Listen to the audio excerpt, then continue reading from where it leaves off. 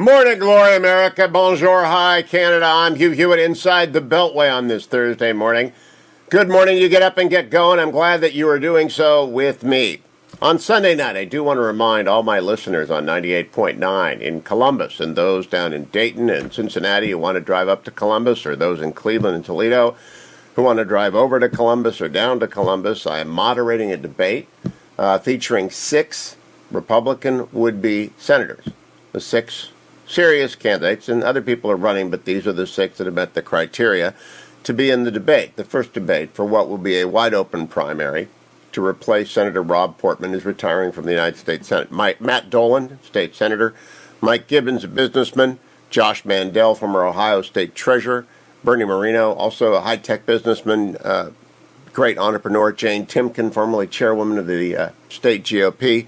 J.D. Vance, author and public policy analyst and investor. Those 6 will provide a full spectrum discussion of GOP issues and responses.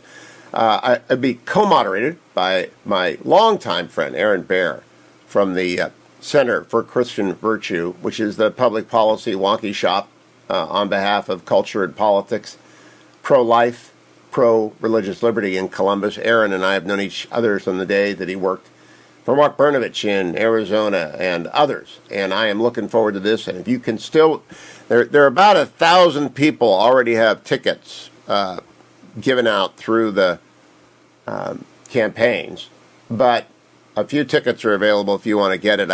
I'll tweet out where it's going to be, but it's 7 to 9 p.m. It's going to be robust. It's going to be a lot of fun. I have not done a debate in a whole 2 months since we did the recall debate in California. And I love doing them. I think I know how to moderate them as well as anyone in the United States, because the story is about who's on the stage and what they're answering, and good question sets. Question sets that should be about what Republican voters in a primary want to know about, not what elite media figures want to argue and embarrass Republicans about. And so I will do the Hughes rules. No question longer than 30 seconds. No response longer than 75 seconds. No right of reply. You just have to preserve your time and reserve your remarks until it comes around to you again. Same question, sometimes a little bit different, maybe a couple of aspects. It's all up to me and my colleague Aaron Baer. But the question in a debate ought to be, does a voter, if they watch the entire 2 hours, have a full sense of who they think they would vote for at that moment in time? This is the first one. I'll go back as often as they want. I'm going to do a Minnesota governor's debate as well. I have air ticket will travel in an effort to persuade the Republican Party to get away from the Presidential Debate Commission as far as they can run, and to declare so now, and to go out and find the Guy Bensons and the Mary Catherine Hams and the Kim Stressel, all the various people out there who could so easily moderate a debate. Molly Hemingway, Mark Hemingway, so many different people could moderate a debate that would do it fairly, informatively, and don't have a dog in the fight. I don't have a dog in this fight. I haven't endorsed anyone. I haven't slammed anyone. I'm a complete neutral. I'm in Switzerland. I'm staying in Switzerland until after the 2024 elections are finished, the 2024 primary nominating. I'm just going to be in Switzerland. In 2022, in the general, I'll tell you about all the Republicans running, just like Glenn Youngkin is running. And speaking of Glenn Youngkin, number one story this morning in the rundown. Border arrests have soared to an all-time high. New CBP statistics show. U.S. authorities detained more than 1.7 million migrants along the Mexico border during the 2021 fiscal year. It is the arrests by the Border Patrol soared to the highest levels ever recorded, according to unpublished U.S. Customs and Border Protection data obtained by the Washington Post. Illegal crossings began rising last year, but skyrocketed in the months after President Biden took office. As CPB arrests increased this past spring, Biden described the rise as consistent with historical seasonal norms. But the busiest month came during the sweltering heat of July and August, when more than 200,000 migrants were taken into custody. There was a confirmation hearing for Chris Magnus, the Tucson police chief that President Biden has nominated to lead CPB. Republican senators pressed him on this crisis. All the details are at Washington Post. Now, why did I mention that in connection with Glenn Youngkin? The key issue in Virginia is education. and everyone knows it, and I'm going to play you a clip of Terry McAuliffe sinking under the waves of Morning Joe. He can't even tread water in the baby pool that is Morning Joe. Terry McFaltering is who he is. But many people vote for many reasons, and border hawks are aghast.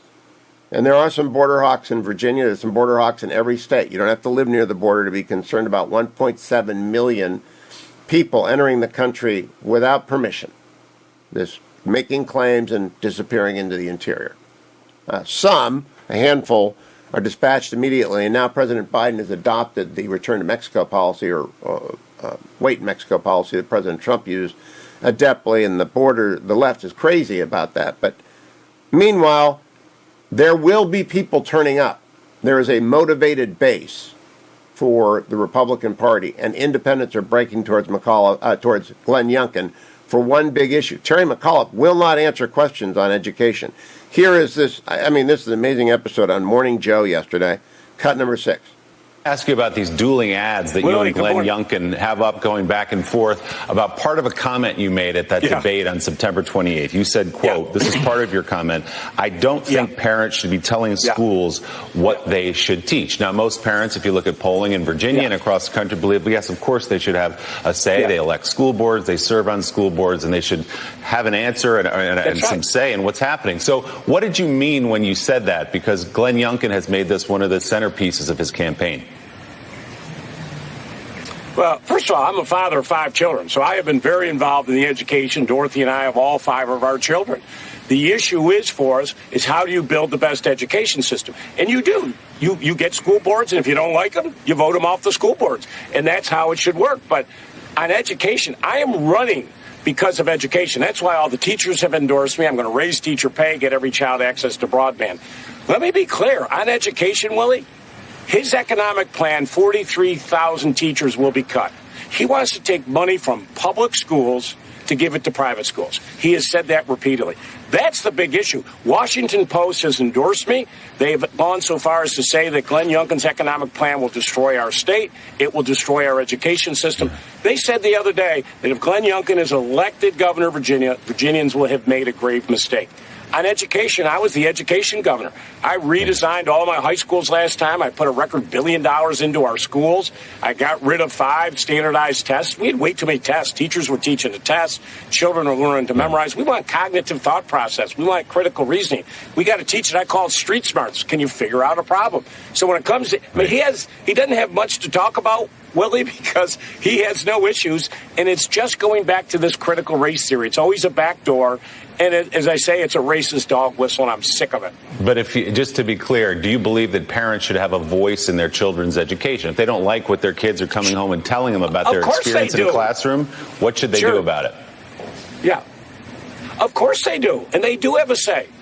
As I say, they elect school boards. It's nonsensical what he's trying to say. Of course they do. As I say, a parent of 5 children.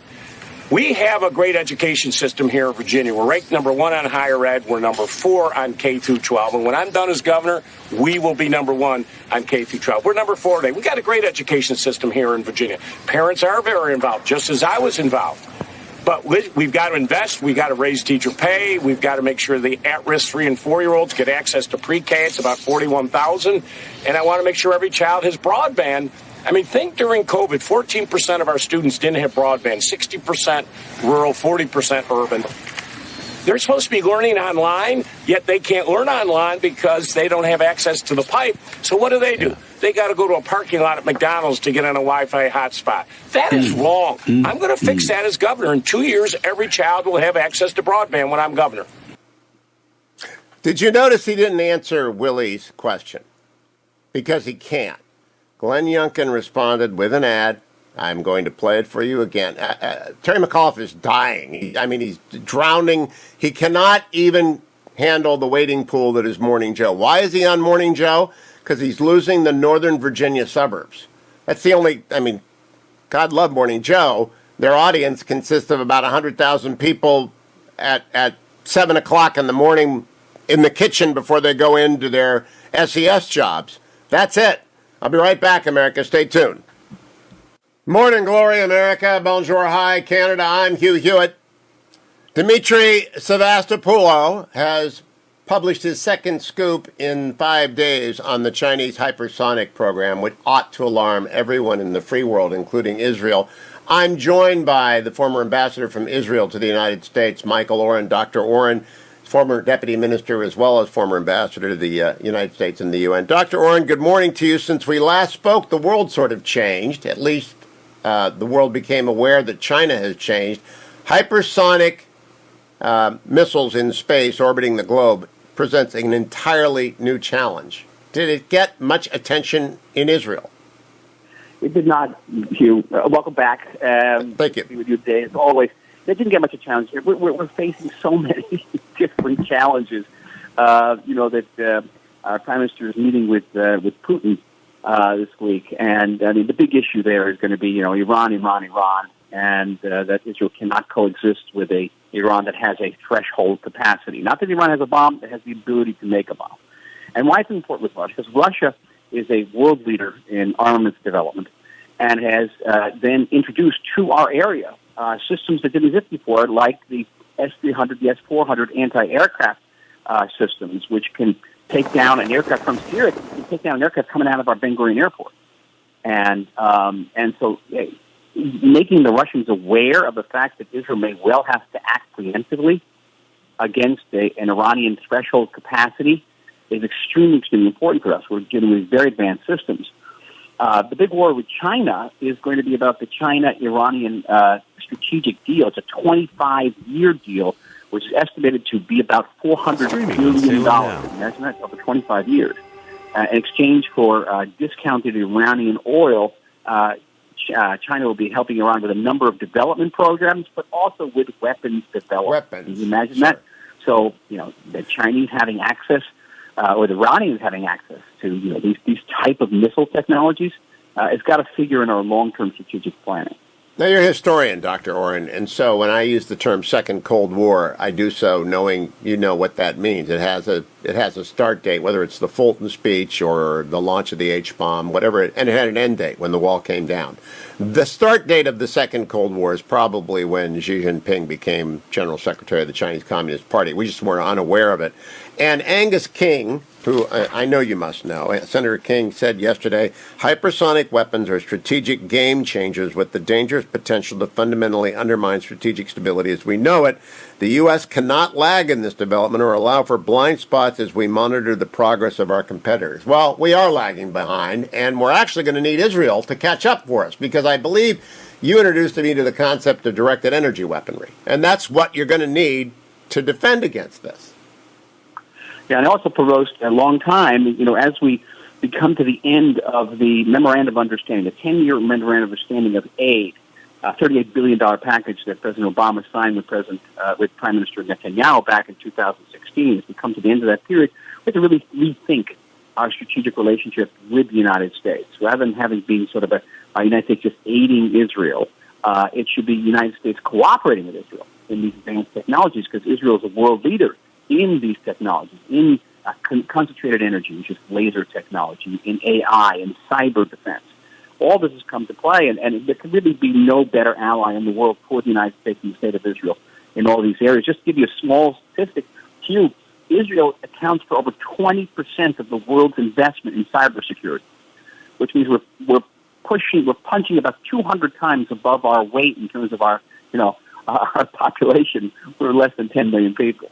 Well, I agree completely, and I don't know that Team Biden has given that assurance, or if you're going to get it out of the socialist left Democratic squad, which is very anti-Israel. I'm sure there are enough votes to block anything that the Democrats want to get done within their caucus, because they don't want to bring a measure to the floor that requires Republican support to pass. They don't want to have the squad defect. What do you make of what happened on the squad's defection and then the dust-up over what AOC crying on the floor had to do? I mean, it was really crazy. It was disconcerting. I called it in the Israeli press, I called it the shot across the prow. And yes, ultimately we did get the aid for Iron Dome, and we're deeply appreciative of that, and it's a bipartisan issue, and we have to be appreciative of that. But I think this could be, what happened around the Iron Dome legislation is a harbinger of things to come. The situation could get significantly worse, and that's why I think it's about time now to rethink our strategic relations with the United States. The big challenge, you're not going to believe this, Hugh, the big challenge going down the line is going to be whether people like, the Quad are going to be interested in actually enhancing America's security, Israel's security, especially if enhancing security for the United States means somehow cooperating with Israel. Well, that is to me the key thing. When I was in Israel last when Ambassador John Bolton was the National Security Advisor. I saw you at the time. And the number one topic they were discussing with Prime Minister Netanyahu was the deal struck between the PRC and Israel. Has that rethinking under Bennett commenced about really we can't cozy up to the PRC like perhaps Bibi was going to do before the Iranian deal with China came down? I've sat through meetings during the Obama administration, the Trump administration. I think it hasn't changed. The United States expresses its deep concern about Israel's relationship with China. The Chinese were building our northern and southern ports. They're building the subway system across the street from my house to keep me awake all night. They're here, and Israel needs that very efficient and cheap labor for purely economic reasons. We also can't overlook the fact that Chinese are entering the Middle East at the time the United States was withdrawing from the Middle East. China is building reportedly 2 major ports on the Persian Gulf. They built the largest naval base in Africa, in Djibouti, at the entrance of the Red Sea. It can't get more strategic than that, and Israel can't ignore it. So, if you want to make the demand that Israel not engage in any type of deep commercial relationship with China, how about America not leaving the Middle East? I agree, and especially on Iran. But it does come down to a second Cold War requiring there be two sides and clarity about who is with what. And I think it's going to be Iran, Russia, and their parent power, China, against the free world. I don't see how we get around that. Russia. I have a bleaker view. You remember the bipolar world of the Cold War, right? Two superpowers. Yes. I think we're going back to a bipolar world. The two superpowers are Russia and China. That's a bleaker view, I must say. I go back to a story. I had a conversation with Henry Kissinger. This must be about 2009. I just started as ambassador. And I said to Dr. Kissinger, I said, does anybody in the White House know that if you make a nuclear deal with Iran, then you will be giving up, the control of the Middle East, hegemony of the Middle East? And he said to me, and I don't want to do the accent too much, he says, what makes you think anybody in the White House cares about America's hegemony in the Middle East? Yeah. So well, he's a realist. Today is who cares about, who really cares about American strength? Who cares about America's leading the free world, America being the policeman of the world? And this is a very deep question, and not only about Republicans, it's a question about the United States generally, American people. Do Americans want to be the policeman of the world anymore? I am moderating a debate of 6 would-be Republican replacements for Rob Portman on Sunday night in Columbus, Ohio, and national security will be high on that because it matters to Republican voters. I can't believe we're about to spend $4 trillion more dollars or $3 trillion more dollars, not a penny for defense. Michael, let's close on good news. Prime Minister Bennett announced this week, it was the first story I covered, that he is going to make a trip to the UAE to meet with MBZ, the ruler of that country. I think that is a great thing. I think that's an important thing. The Abraham Accords continue to mature, develop, and that is an important visit. And do you have any details on when it's going to happen? It's going to happen. It's happening shortly. We haven't had so much back and forth now. It's almost like non-news here because we're so used to having relations with the UAE. The bigger headline is that Bennett has been invited by Modi to India. And, people say that Israel is going to be isolated. That's about a third of humanity right there. Yeah, no. It's the real alliances, India, Japan, Australia, the U.S., Israel, and the UK. And maybe France they'll get over their myth, and maybe they'll join that too. And then you've got the technology edge to deal with China, Russia, Iran, if you have the resolve. Last question, Dr. Oren. When do you think the threshold status question presents itself in a way that cannot be avoided by Prime Minister Bennett? Well, I've already said, again, in the press here, that we have to look at the winter months, which are coming very rapidly. That's a time when the skies get very cloudy, overcast, and our ability to act from the air is hindered. It's not obviated, but it's hindered. The world could be preoccupied with anything, a tsunami, who knows? And we're going to wake up one morning and find Iran with a threshold capacity, maybe even beyond the threshold capacity. And Israel's going to have to act. And that's what happened, It happened with North Korea. It happened with Pakistan. They had threshold capacity. One day the world woke up and said, oops, They have Yep. nuclear weapons. We can't. Cannot afford happen to. with Iran. And at least, well, President Biden has committed to it. I don't know if he remembers that he committed to it, but he committed to them never having threshold capacity. Dr. Michael Oren, thank you. Follow him on Twitter at Dr. Michael Oren. Follow me to the next segment of today's Thursday's Hugh Hewitt Show. Welcome back, America. It's Hugh Hewitt, joined by the Washington Post, James Hohmann, my colleague in the opinion pages there. His brand new column, Sticks Work Better Than Carrots to Increase COVID Vaccination, so use more sticks. Good morning, James. How are you? Good, Hugh. Good to be with you.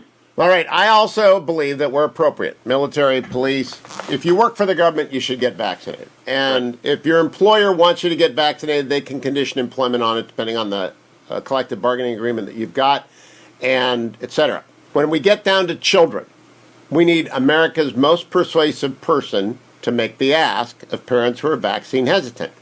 I know my grandchildren will get vaccinated if it's in their medical advice. 2 of them have already had COVID. 1 hasn't. I know the one that hasn't had it is going to get it. They're all in single digits. They're not double digits yet, so they're not eligible yet. I like the rollout of the plan. They've got 28 million doses. But how do you persuade? You can't. What are you going to send kids home and never let them come to school if their parents are vaccine hesitant? No. So they're going to come to school and get sick. But how do you persuade as opposed to carrots or sticks? Just persuade. Yeah, and persuasion is a huge part of the task. And I actually, I share your hesitation, Hugh, about not mandating, 5-year-olds getting the vaccine, because I do think, I'm obviously very pro-vax, as that column conveys, but I don't think you should, if you're losing immunity after a few months, and there are unknown risks, it doesn't make sense for the state to force a 5-year-old to get a vaccine. Like this, and I think that there is a big distinction between the teachers who you do want to have the vaccine and the kids, but with the kids, I think you're right. You need to persuade, and it is unfortunate that in our polarized times, when you say the most persuasive person in the country has to make the case, I'm not sure who that is right now. I know who it is. But it's not Dr. Walensky. By the way, I invited Dr. Fauci to come on today and talk about the childhood rollout. He declined. I just want people to know Dr. Fauci is always welcome here, but he didn't want to come on and explain to a center-right audience why their kids should get vaccinated. Here's Dr. Walensky yesterday in a Zoom COVID conference. Tell me what this means. Cut number 2. Yeah, maybe just picking up on that, after we have authorization from FDA and recommendations from CDC, we will be working to scale up pediatric vaccination. That said, it will take some time. And as I just noted, as we head into these winter months, we know we cannot be complacent. We also know that from previous data that schools that have had masks in place were 3.5 times less likely to have school outbreaks requiring school closure. So right now we are going to continue to recommend masks in all schools for all people in those schools, and we will look forward to scaling up pediatric vaccination during this period of time. So, James Hohmann, if your child is going to get sent home if they're exposed, and if your child has to wear a mask even if he or she is vaccinated, why are you going to get them vaccinated if you're at all vaccine hesitant? Right. Rochelle Walensky is obviously not a good messenger. No, it's just that was terrible. A lot of jargon, and I think on time and again, she's proven to not be the right person to be running the CDC. No, it's a horrible collapse of messaging. Dr. Fauci is too doggone old to persuade. He's too politicized to persuade. Dr. Collins is doing the gentlemanly thing and stepping down. But the most persuasive person in America is Oprah Winfrey. She had the largest sustained audience for the longest period of time in television in recent years. And so you go get Oprah to sit down with a bunch of parents and you tape it, you cut it, you slice it, and you dice it. This is not rocket science, James. Why can't they say the obvious thing? If they're vaccinated, if a child is vaccinated, the mask comes off. If they're not, the mask stays on because we don't want them to get sick. Isn't that the best incentive? Yes, it is. And the problem is that, if you're not mandating, then you get into a situation where a bunch of kids in the class are wearing a mask and other kids aren't. And teachers get concerned about that. But then why will we worry about that? That's the reality, though. Teachers do get worried about it. People's feelings are going to get hurt, but we're impeding the education of all, and they are big impediments to learning. They are significant impediments to learning, and with downsides that are being under discussed. Why can't they just be clear and direct? Get vaccinated, the mask goes away. They should.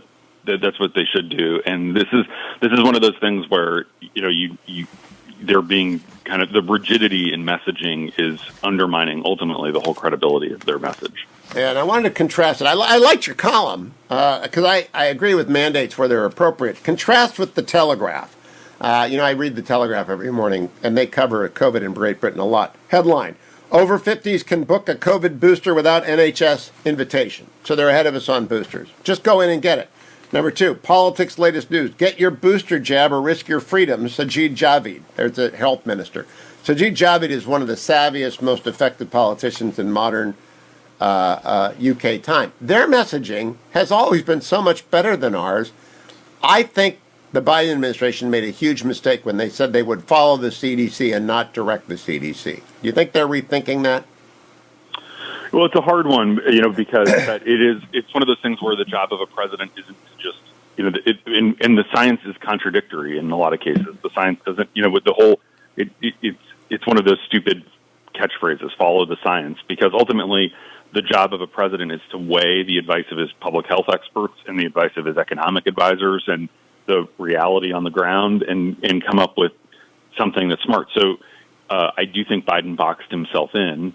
And on the other hand, to your point, I think it is risky. I think we would all be criticizing Biden if he was telling the CDC what guidance to put out instead of, letting the experts. I disagree on this. I disagree. I think if the CDC is limited to giving them scientific facts, it is up to policymakers, elected policymakers, to act on them. And how we got into this bureaucratic decisions on what we do and don't do as a society is completely beyond me, because the scientific facts for keeping masks on after you're vaccinated are so few as to be non-existent. And the downplaying of the dangers, the refusal to get the ivermectin study done, which Dr. Collins has been promising me for months, they've just fallen apart, James. And Ron Klain knows this. He was our colleague when he was a contributing columnist to the Washington Post for a long time, and he's smart, he knows this. They've got to take back the controls. But here's the problem, and I'll get your reaction to this. President Biden went up to Delaware, to Scranton yesterday. It's a cliche, right? And it's such a hackneyed cliche. And here's what he said that just made, what? Cut number 10. Take a few years. Scranton is where I played shortstop in the Greenwich Little League in the first year. Put up my dad, helped build the field down there, and spent a lot of time at Cindy's buying penny candy and Hank's Hoagies on Woodlawn Street, watching movies of the Roosie on the weekend and trying to reenact all they did. And when you watch those movies, I think I was told, I know it was true, I was the only kid in my era that I was able to walk across the lackey on that pipe that was just above it. If you found the lackey, you were lucky. You were in trouble. So, Jim, what do you think what's that convey? It was a 50-minute speech, and I think that's a 40-second ramble. What's it convey? For a long time, as everyone recalls, Biden is obviously, that's who he is a rambling man. Even when he was much younger, he would ramble like that. But they were, having him just read from the prompter for a long time and give very, very short statements. After he won the Democratic nomination, they really, when he was campaigning from his basement last year, he would give, 3 or 4 minute speeches, and it's because his own aides don't trust him to talk for 50 minutes. Yeah, Grandpa's in the house. Grandpa at Thanksgiving. I'm going there too. I'm 65. Give me another 15 years. I'll be Grandpa at the Thanksgiving table, talking about down at the Robbins Theater or the Warner in Warren, Ohio, and riding my bike across town to the 422. I'll be doing it to whatever unwitting grandchild has been seated next to me that they have to do grandpa duty. But honestly, you can't persuade a country this way. Do you think he has any chance of persuading Joe Manchin or Kirsten Sinema of doing what he wants? Well, what Biden is gambling is, right now even though that was an outside game speech, he's playing the inside game. He's focused on getting something passed by October 31st so that he can have some results to talk about in the G20 and then, more importantly, at the climate summit, because there's so much climate stuff in this bill, although it's largely being taken out.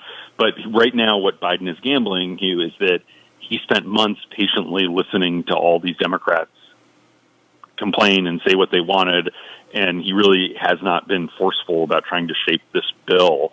And now here, as he tries to close the deal, he's gambling that gives him credibility on the inside to say what's going to be in it and what's not going to be in it. James, do you really believe he's focused on anything? Or are you talking about Ron Klain being focused on something? Well, I think Biden is desperate for a deal. I think Biden would accept anything that will pass, which is why ultimately something is going to pass. It's going to be pared down. It's going to be in the ones.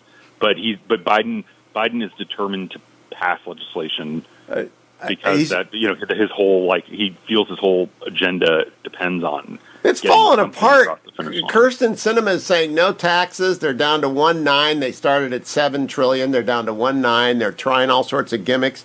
It's falling apart. And I just want to point out, the emperor has no clothes. Joe isn't a closer anymore. If he ever was, back in the Obama years, they sent him up to the Hill a couple of times. President Biden isn't a closer because, by gosh, when you hit 80 or 79, you just can't close. The problem, I think that, again, they're so desperate to get anything that, the White House is telling congressional Democrats this morning that there aren't going to be any corporate tax hikes in this bill. And, and that's because of Sinema. But what it means is that it's going to be nearly $2 trillion in new spending that is largely not paid for. It's inflation. It's just complete inflation fuel. But the idea that obviously there are pay-fors, but this is one of those things where they're just so desperate to make a deal that it does seem hard to imagine that it's not going to add to the debt. I got to quickly cover Youngkin, and I've already voted for Youngkin. I don't know if you live in Virginia, and he's creaming retread Terry. And Terry appeared on Morning Joe yesterday, and he can't even swim in that pool. He's in the wading pool, and he's drowning. What do you make of that race? I think Youngkin is going to win. I think it's going to be close. I'm going to cover the Kamala Harris is doing a rally for McAuliffe and Prince. Oh, that'll help tonight. Oh, that'll help. But I think the intensity is all on Youngkin's side. Oh, I can't wait to get that audio. I wonder if they'll get 100 people. It is all falling apart, and I'm not happy about it because we're also in a Cold War and we're losing that. James Hohmann, always a pleasure, James. I can't wait to hear the report on that. You poor man. There's a good reason not. I'm going to go moderate a Senate debate in Ohio on Sunday night, and that's going to be fun. But a Harris McAuliffe rally, Back to the Future. Oh, ReliefFactor.com. Welcome back, America. It's Hugh Hewitt, joined now by former United States Senator Jim Talent, now with the Bipartisan Policy Center. You can follow Jim at Jim Talent. Good morning, Senator. How are you? Good morning, you. Well, you've been all over this hypersonic story. Good for you. Well, Dimitri over at the Financial Times has been all over it. I'm just following his writing. It is the position, it's my position, that any Democrat senator who wants to can go in the middle of these negotiations and get a few $1 billion for hypersonic accelerated research. Am I right? Yes, I believe they could do that. I don't even think that there'd be an objection or a major objection in the Senate to it. And, look, we need a concerted approach to this because, you're right, we're in a Cold War. And they want to become the middle kingdom of the world. We reported on this in the China Commission in a chapter in our report last year. I co-chaired that hearing. And it's very clear that their objectives are global. And, if we don't want to be under their thumb, we better prepare to resist.